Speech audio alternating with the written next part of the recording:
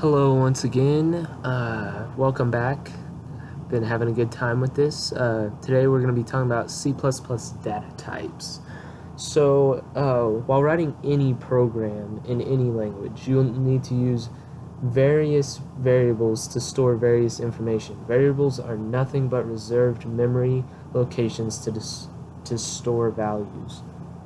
This means that when you create a variable, you reserve some space in memory. You may like to store information of various data types like characters, wide characters, integer, floating point, double floating point, boolean, etc. I know that sounds like a ton of stuff that I just named off, but trust me, I'll explain it all. So, there are 7 primitive data types in C++. These are the basic data types, and they are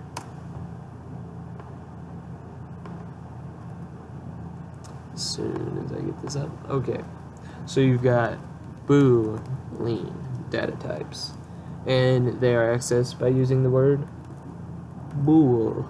It's a fun word to say. Then you've got characters, and they are accessed by using the keyword char. Then you've got integers. These are always being used. Definitely need to know this one. They're accessed by saying int. Then you've got a floating point, and they are accessed by the keyword float. Then you've got a double floating point.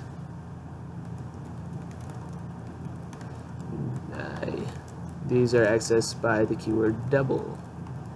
Then you've got valueless. These are accessed by using the keyword void. Then you've got wide character, and these are accessed using the keyword wchar_t. So those are the 7 primitive types of C++ data. So each one of these basic types can be used by a modifier, and these modifiers are, you put these before you say the keyword, so that it would be before are signed, unsigned, short, and long. And you would put these before you said one of the 7 primitive types, so you'd be like signed boolean, or short character, or long integer. So that's that. Yeah. Okay, so now I'm going to explain what each of the 7 primitive data types are exactly. So a boolean data type is you use the boolean variables because they can hold values that are true or false. So if you want to prove something true or false, say you're wanting to run a program and wanting it to run till whatever condition you put is proven false, then you would use boolean variables for the true-false statement.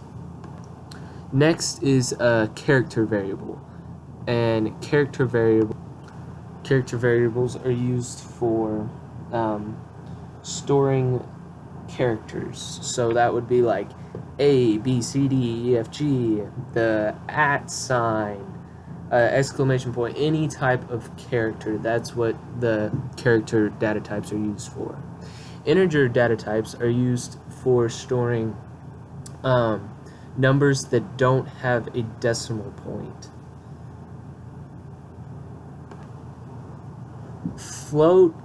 Floating point data types and double floating point data types are pretty much the same. They are used for storing floating point numbers in memory. So they're used for storing numbers that have decimal points, and that's what makes them different from integers, is that these numbers can have a decimal point. The big difference between floating and double floating is that double floating typically store numbers with a larger magnitude and finer detail. The void or the valueless data types are used to store variables that don't have any value whatsoever. And then the wide character data types, they are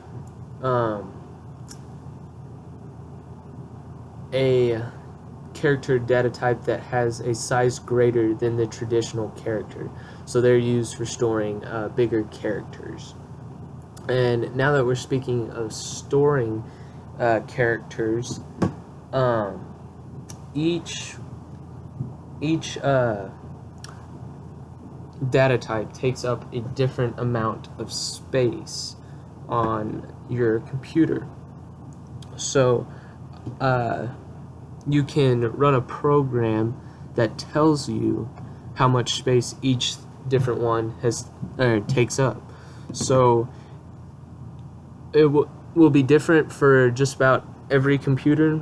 Sometimes it will be the same, but super basic program. You've got the basics, include IOStream. If you're running on Windows Visual Studio, then you've got to have the include pch.h file thingy. Almost forgot to add the end main. Add that in there, and so then you just say your cout statement, and then just put size of, and then whatever data type you want. And what the size of does, you can use this for anything. It will tell you the amount of storage space that this whatever you put in there is taking up. So I could assign x a value, and then put x in the parentheses, and it would tell me the amount of space that x is taking up. So the amount of megabytes or whatever type of bytes it is. So we're gonna run it right quick.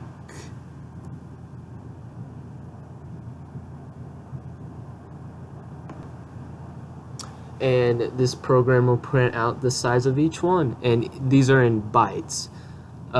So the size of chart is 1 byte, the size it takes to store int is 4 bytes, and you can read the rest. And that's C++ data types in a nutshell. So thank you for watching. Be sure to like and subscribe.